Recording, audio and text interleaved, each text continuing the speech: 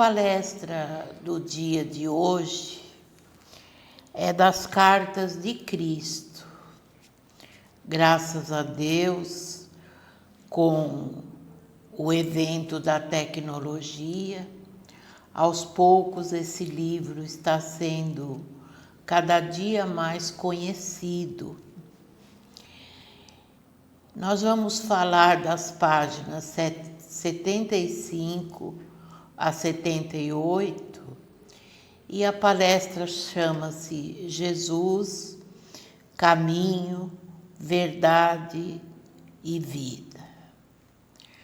Na palestra anterior, nós paramos no momento em que Maria levou Jesus até a sinagoga para que ele pudesse dizer a que vinha, seus ensinamentos. E aí, quando as escrituras ou a escritura foi aberta, caiu na página em que falava sobre a vinda do Messias. E Jesus se afirmou o Messias esperado. Não sei se vocês se lembram. E aí ele acabou sendo expulso do templo. Uma multidão pegou Jesus e o levou para um precipício, querendo atirá-lo lá de cima. Mas Deus, nosso Senhor, agiu e a própria multidão não se entendia mais. Não falavam coisa com coisa e Jesus aproveitou para sair dali. E a partir desse momento, ele passou a andar a esmo, andando de um lado para o outro. E enquanto ele caminhava pela cidade, Jesus se deparou com uma mulher. E essa mulher carregava nos braços 2 cestos muito pesados. Porém, ela estava muito chorosa. E Jesus era compassivo por natureza e se ofereceu para ajudá-la com os cestos. E aí ele ouviu a sua história. A mulher chorava porque em casa ela havia deixado um filho doente. Nenhum médico de sua época conseguia curá-lo. Então a morte era certa para o rapaz. E Jesus se apiedou. Pediu licença para ajudar. E assim ele foi levado até o lar de Zedequias. Vocês vão ouvir falar de Zedequias 2 ou 3 vezes durante a nossa palestra. Zedequias era um comerciante de couros muito importante na cidade de Nazaré. Quando Jesus chegou à casa da mulher e de Zedequias, ele percebeu a gravidade do caso do rapaz e Jesus o curou imediatamente. Um sentimento de gratidão muito grande invadiu aquele lar. Zedequias e sua esposa ficaram imensamente gratos a Jesus. E daquele dia em diante, Zedequias passou a ajudar Jesus em suas andanças e pregações. E todos, quando uma multidão se formava, todos queriam saber como era, como se iniciava o processo de cura. E Jesus respondia, ensinava com o maior prazer. Ele nos ensina que o processo de cura começa na mente. E ele nos diz que a mente é a parte mais importante do homem. Sem a mente, nós não controlaríamos o nosso próprio corpo. E nós até hoje, e sempre saberemos, que todos nós temos uma mente por conta dos pensamentos que a mente produz. São os pensamentos que nos dirigem. Dirige todo tipo de ação em nossas vidas. A mente, ela funciona através do cérebro.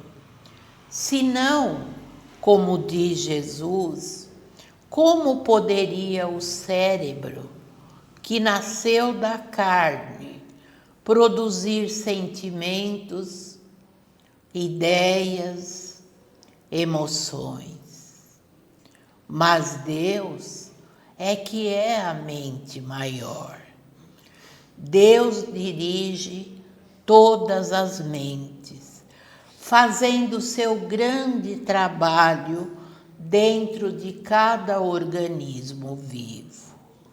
E como isso acontece? Até hoje, nós temos curiosidade de saber como a mente age. Jesus nos diz que sequer podemos imaginar o que aciona tão importante progresso de vida dentro dos corpos de cada espécie. E os alimentos que nós ingerimos? Os alimentos que ingerimos imediatamente se transformam em vitaminas, nutrindo nossos ossos, nosso sangue, nossa carne. E Jesus continuava ensinando que quando Deus entra em ação, coisas maravilhosas acontecem nas etapas corporais de cada indivíduo. E o ato sexual? Depois do ato sexual, quando acontece a concepção, quem é que determina o crescimento da semente dentro da mulher? Quem determina? Vocês acham que é a mãe? Jesus afirma: não, não é a mãe quem determina o crescimento da semente. Será que Deus faz essas coisas de tão longe? Então, Jesus nos ensina que a força do pensamento, e esses pensamentos, antes chega a cada homem e a cada mulher para decidir quando é que o ato sexual vai acontecer e, como consequência, a concepção. E o amor? Jesus aproveitou para falar um pouco de amor. De onde provém o amor? É uma pergunta curiosa. Nós sentimos o amor, mas achamos que o amor ele provém dos sentimentos do coração.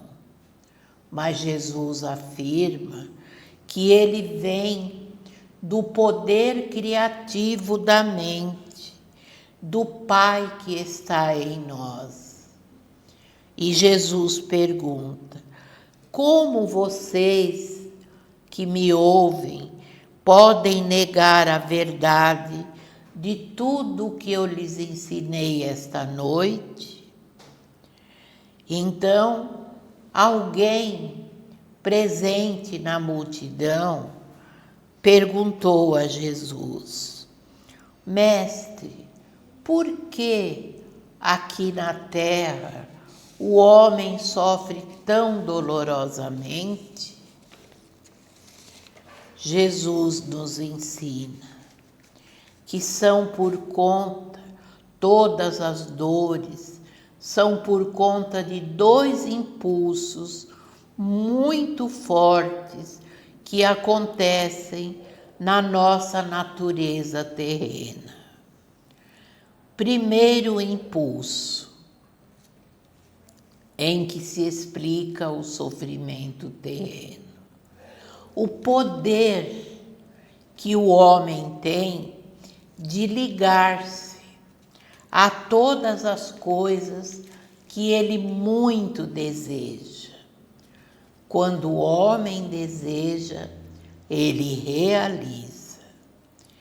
E o segundo desejo é o de se afastar de tudo aquilo que ele não deseja para si. Vamos compreendendo bem o de ligar-se e o de afastar-se. Esses dois impulsos estão presentes em cada coisa que o homem faz ao longo de sua vida e que são inteiramente responsáveis pelos problemas que ele atrai para si. Aqui Jesus se refere ao nosso livre pensar, ao nosso livre arbítrio. Porque Jesus afirma que Deus, que está no interior do homem, ele nada retém, nem mesmo vê as nossas transgressões. Tudo que o homem faz que chamamos de pecado é apenas deste mundo, porque é uma lei da existência. Tudo o que você semear, um dia você colherá. É da lei, da ação e reação. Então, qualquer que seja o mal que assola a humanidade, é o resultado das nossas próprias ações, das nossas próprias decisões. Então, até a multidão chegou à conclusão que os ensinamentos de Jesus para a época eram totalmente novos, fazia muito sentido. Mas só que o povo, muito carente, eles olhavam para Jesus, mas o viam na forma de cura. Até hoje é assim que funciona nas religiões. As pessoas vão até as religiões, muitas vezes, em busca da cura. Os ensinamentos ficam em segundo plano. Mas Jesus queria muito que, além da cura, todos os presentes encontrassem um pingo de felicidade. Vamos voltando às Escrituras. as profecias que haviam anunciado a vinda do Messias, que revelaria os segredos da criação. Mas Jesus afirmava ali para aquela multidão que os segredos das Escrituras viriam dele.